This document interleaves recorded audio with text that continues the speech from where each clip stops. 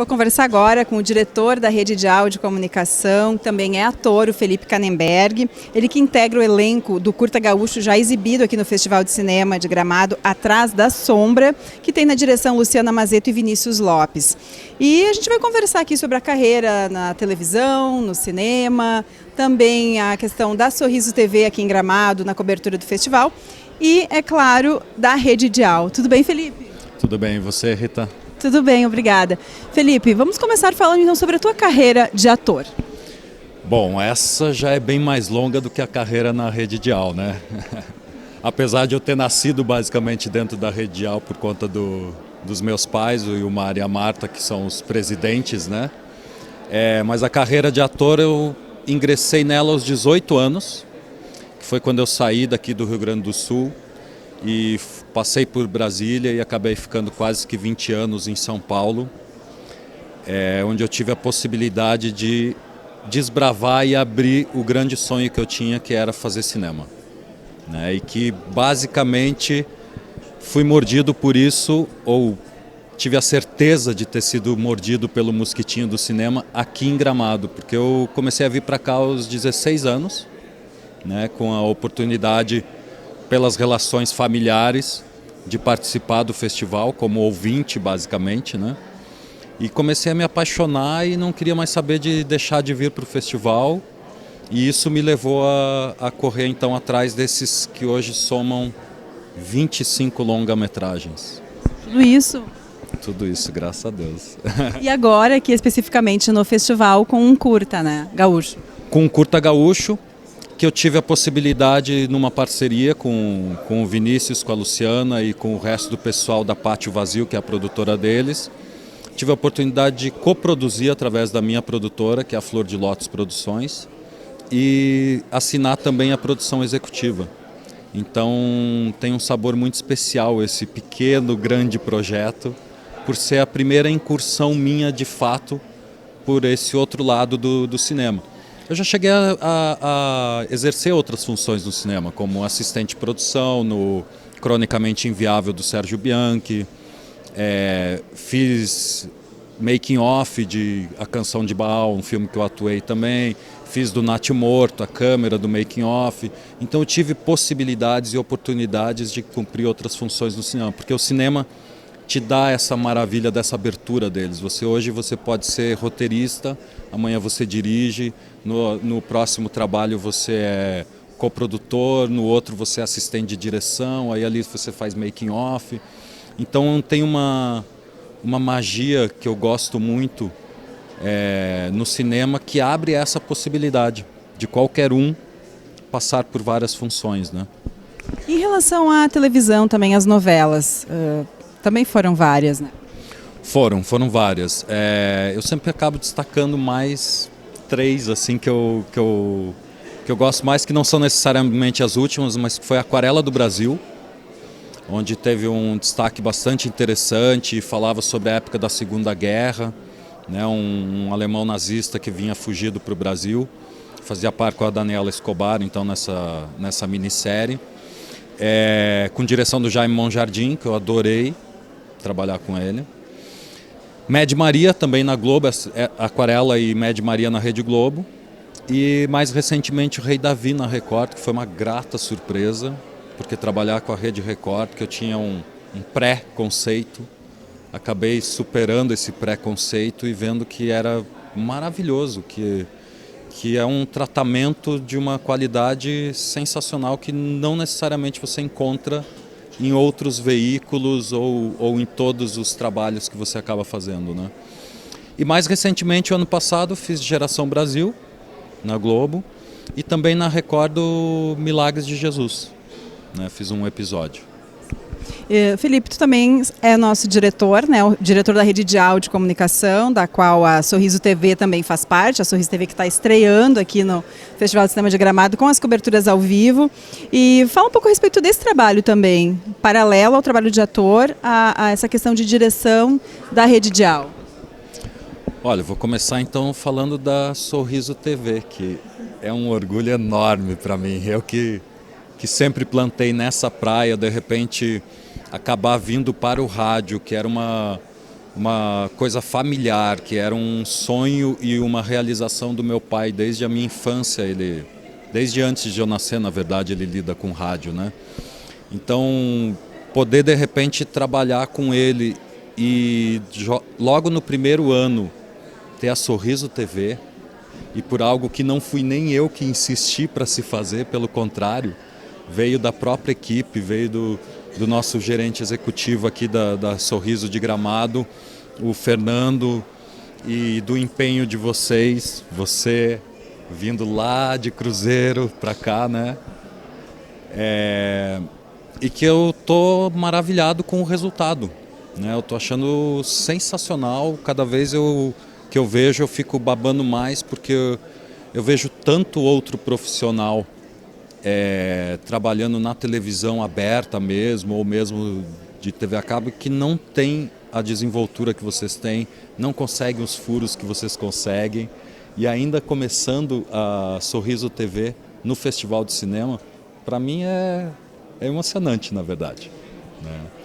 E o trabalho como diretor, então, da Rede Dial, olha, é um desafio que eu estou muito feliz em ter abraçado, com muito medo ainda, de fato, que o Fernando não me ouça.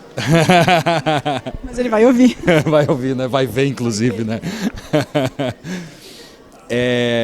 Mas eu acho que é aquele medo que dá aquele frio na boca do estômago, assim, de você estar enfrentando e percebendo que você pode enfrentar novos desafios. Então eu basicamente encaro como um novo desafio. E que é uma grande novidade. Assim, na verdade, antes de encarar a profissão de ator, eu cheguei a cursar administração e publicidade. Não me formei em nenhuma das duas, né?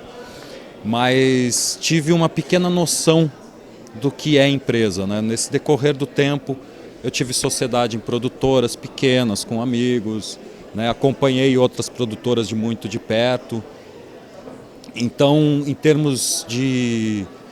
E eu enxergo que, independente da área que você está, uma empresa, ela tem parâmetros semelhantes, né? Seja a sua empresa uma padaria, uma produtora de cinema, uma emissora de rádio, né? Ela tem coisas muito idênticas na questão de gestão de empresa, né? Então eu acho que eu acabei tendo a possibilidade também de, correndo atrás do trabalho de ator e do sonho de cinema, de ter esse conhecimento também de gestão, né? Que é o que está me dando o mínimo de segurança que eu estou tendo, né? O resto eu estou contando realmente com o auxílio dos gerentes executivos, né? O Fernando está sendo ótimo nesse sentido, e o entendimento principalmente de todo mundo que trabalha em todas as emissoras. Porque isso para mim está sendo um privilégio mesmo, porque eu esperava que eu pudesse assumir no lugar do meu irmão, que infelizmente veio a falecer no começo desse ano, e por isso eu abracei então a direção das empresas. Eu tive um certo receio de que eu fosse ter uma grande rejeição, na verdade, por parte de nossas equipes, né? E eu estou muito feliz de que isso não aconteceu, pelo contrário, cada dia eu me sinto mais apoiado e mais fortalecido e mais abraçado por essa turma, né? Como se eu sempre tivesse trabalhado na rede. Com certeza, pode contar conosco sempre. E eu não posso deixar de perguntar também sobre os teus projetos. Eu sei que as pessoas que vão estar assistindo vão pensar, mas será que ele ainda vai fazer algum trabalho, um próximo trabalho, ou no cinema, ou na televisão? Como é que estão os projetos, além, é claro, de estar na direção das 7 emissoras da Rede Dial? Já é um trabalhão, hein? Não, ainda tem para ser lançado um longa-metragem que eu fiz. Na verdade, deve entrar em cartaz Os Senhores da Guerra esse ano, que é o filme que veio ano passado aqui para Gramado, que eu participei, que tive até uma indicação, minha primeira indicação no Festival de Gramado como ator coadjuvante. Foi bem gostoso também ter esse prazer, assim, porque tinha muitos anos que eu não vinha a Gramado, né? E para o festival, quero dizer. E então eu tenho Leste-Oeste para ser lançado ainda esse ano também, que deve fazer, na verdade, primeiro o circuito de festivais. Então é capaz dele entrar em cartaz só o ano que vem. Que esse é um filme que eu protagonizei em Londrina, com direção do Rodrigo Grota, e conta a história de um piloto de testes de corrida, né? de carros de corrida, e que participa das 500 milhas de Londrina, então. E aí tem esse personagem aí que eu gostei bastante de fazer, de conviver com esse universo.